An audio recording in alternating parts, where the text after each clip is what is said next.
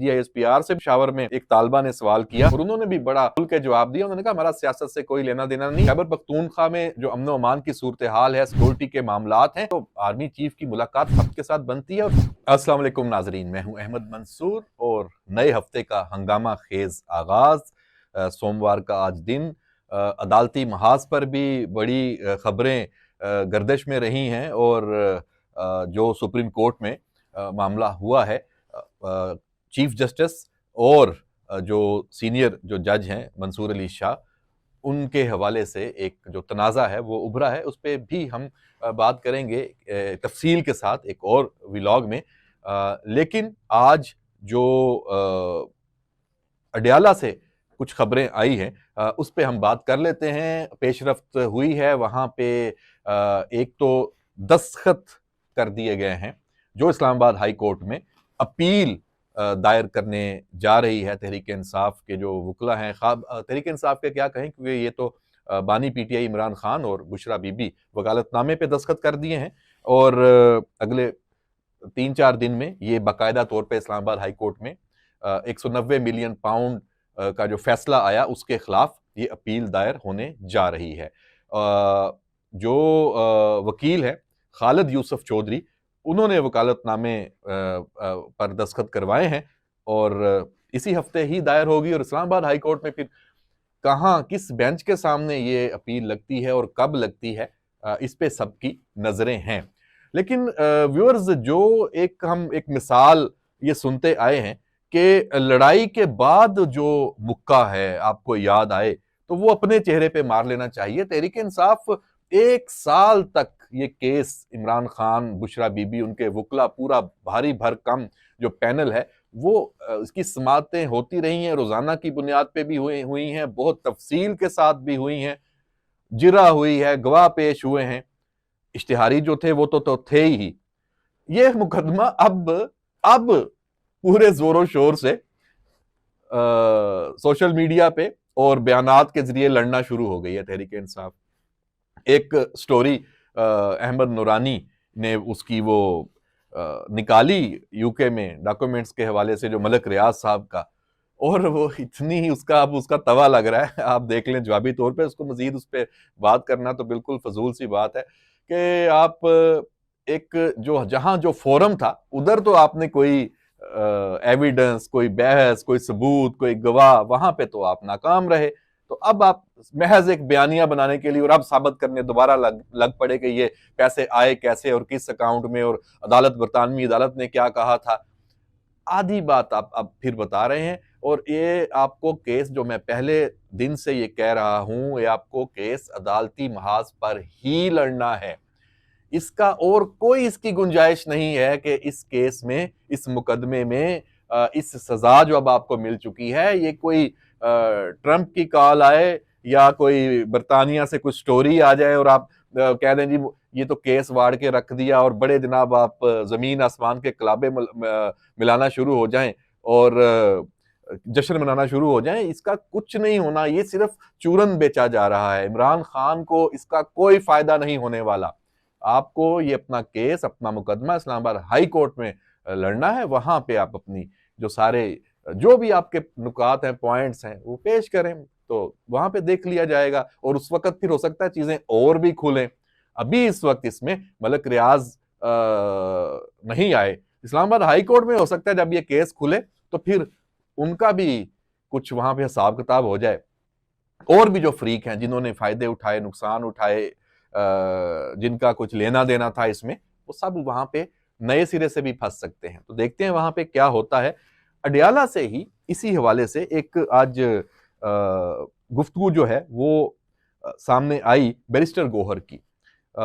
उन्होंने मुज़ाकरात के ऊपर बात की। जो इरफान सदीकी हैं, जो हुकूमती कमेटी के तर्जमान हैं, उनकी तरफ से पहले ज़राए से खबर आई कि जुडिशल कमीशन नहीं हम बना रहे और हमने ये जवाब तैयार कर लिया है। फिर उन्होंने इसकी तरदीद भी कर दी। तो जो ज़राए से खबर आई उसमें वो वजूहात उसमें बयान की गई कि जनाब ये जुडिशल कमीशन जो PTI का मुतालबा है उस पर क्यों नहीं बन सकता। वो उस वजूहात ये थी उसमें जो बयान की गई है उस खबर में कि जनाब ये सारे मुकदमात, ये सारा मामला तो वैसे ही मुख्तलिफ अदालतों में जेर समात है इस हवाले से, तो दोबारा से ऐसा केस जो अदालतों में जेर समात हो, जिसमें कईयों को तो सजा हो चुकी हो और कई बरी हो चुके हों, कईयों को फौजी अदालत से सजा हो चुकी है, तो अब जुडिशियल कमीशन मतलब अलहदा से इस मामले पे कैसे बन सकता है? यानी कि आप हर जगह से मुकदमात वहां से खत्म करके जुडिशियल कमीशन के सामने ले आएंगे, मतलब एक बात बड़ी लॉजिकल है। इसमें बैरिस्टर गौहर ने इरफान सिद्दीकी को टारगेट किया और कहा कि उनके लिए मुनासिब नहीं कि वो मुज़ाकरात को तात्तुल का शिकार करें, और दोबारा अपनी मुलाकात वो आर्मी चीफ वाली उसका भी जिक्र किया कि ये लॉ एंड ऑर्डर की सूरत हाल पे थी, ये तो उनके अपने गले में फिट हुई है ये वाली मुलाकात। और इस वाले से DGISPR से भी पेशावर में एक तालबा ने सवाल किया और उन्होंने भी बड़ा खुल के जवाब दिया। उन्होंने कहा हमारा सियासत से कोई लेना देना नहीं, और इस मुलाकात में चूंकि खैबर पख्तूनख्वा में जो अमन अमान की सूरत हाल है, सिक्योरिटी के मामलात हैं, तो आर्मी चीफ की मुलाकात सबके साथ बनती है और फौज का इससे ताल्लुक है, इस हवाले से उनका ये रोल है, उनकी ये जिम्मेदारी है। तो इससे हट के नहीं हुई सियासत पे कोई बात। तो बहरहाल ये बैरिस्टर गौहर की जो गुफ्तगू मैं आपको बता रहा हूं। अच्छा, इसमें थोड़ा सा एक टच बड़ा नजर आ रहा है और इमरान खान की गुफ्तगू के हवाले से भी, कि अभी स्टैब्लिशमेंट को टारगेट करने की बजाय हुकूमत को टारगेट करना शुरू किया है। ये एक बारीक वारदात ये डाल रहे हैं, ये इसके कुछ मानी हैं। वो कह रहे हैं कि हुकूमत को घबराहट है कि ये जो फॉर्म ये 47 की हुकूमत है और इसमें जो मुज़ाकरात हो रहे हैं उस पर वो तवज्जो नहीं दे रही, और उनको ये प्रॉब्लम है या उनको ये खतरा है कि एस्टेब्लिशमेंट से बात हो गई तो हुकूमत गिर, ये अपनी उनकी जो गेम है खराब हो जाएगी, हुकूमत गिर जाएगी। हुकूमत को ज्यादा टारगेट कर रहे हैं, एस्टेब्लिशमेंट के लिए काफी नरम गोशा आ रहा है। तो देखते हैं, लेकिन इनका कुछ पता नहीं है एकदम। ये एक वक्त में वो कहते हैं ना, पाँव को भी हाथ एक डाला होता है, एक गिरेबान को भी डाला होता है। तो देखते हैं कि एक हाथ को पाँव वाले को गिरेबान में लेके जाना है और गिरेबान वालों के हाथ को भी पाँव पे लेके जाना है। ये एक ऐसी मिसाल होती है इस तरह की स्ट्रेटजी की। एक स्कैंडल भी सामने आया है, ये है जी अलीमा खान साहबा का। आज सोमवार के दिन इसकी तफसीलात सामने आई हैं और ये उनकी एक व्हाट्सएप गुफ्तगू है वो लीक हुई है। अब जो उसकी तफसीलात आ रही हैं, लगता तो ये है कि ये जेन्युइन है। अब इसका फोरेंसिक होना चाहिए कि जनाब ये व्हाट्सएप गुफ्तगू वाकई उन्हीं की है या ये आर्टिफिशियल इंटेलिजेंस से बनी हुई है। गैर मुल्की जो सहाफ़ी हैं और लॉबीज, ये लॉबिंग की जाती है तहरीक इंसाफ की, उस हवाले से अलीमा खान की ये गुफ्तगू है। उसको आप साजिश का नाम भी दे सकते हैं। इन व्हाट्सएप पैगामात में एक बरतानवी सहाफ़ी हैं चार्ल्स ग्लास, उनकी और अलीमा खान की गुफ्तगू है, जिसमें जो बरतानवी सहाफ़ी है वो उनको मुखातब करते हुए कहता है कि क्या मैं जेल में बानी PTI को अपनी कुछ किताबें दस्तखत के साथ भेज सकता हूँ? बरतानिया की सख्त हिफाजती जेलों में दस्तखत शुदा किताबें भेजने की इजाज़त नहीं है, ये वो खुद कह रहा है। तो वो उनको मुखातब करते हुए अलीमा खान जवाब देती हैं कि मैंने बानी PTI को आपका पैगाम पहुंचा दिया है और मैंने उन्हें मुतल्ला किया है कि आप उन्हें अपनी दस्तखत शुदा किताबें भेजेंगे तो उन्हें वो किताबें लाजमन मिल जाएंगी। साथ बरतानवी अहलकार की एक गुफ्तगू है वो भी सामने आई है अलीमा खान की और इसी चार्ल्स ग्लास के हवाले से, कि जब चार्ल्स किसी से मुलाकात कर रहा था तो पुलिस ने चार्ल्स को वापस हमारे कंपाउंड में जाने का कहा और मेरी बहन के घर में वो रहायश पजीर है, चार्ल्स ग्लास के बारे में अलीमा खान बता रही है, और पुलिस ने उसे यानी चार्ल्स ग्लास को पहली दस्तयाब फ्लाइट से वापस जाने का कहा है। तो ये जो चीजें हैं ना, ये टाइम मैगजीन के हवाले से भी है कि जो उसके जो एडिटर हैं चार्ली कैम्बल, उनको भी व्हाट्सएप के जरिए पैगामात अरसाल किए। फिर आपने देखा कि ये आर्टिकल्स वगैरह भी आते हैं और सारी चीजें।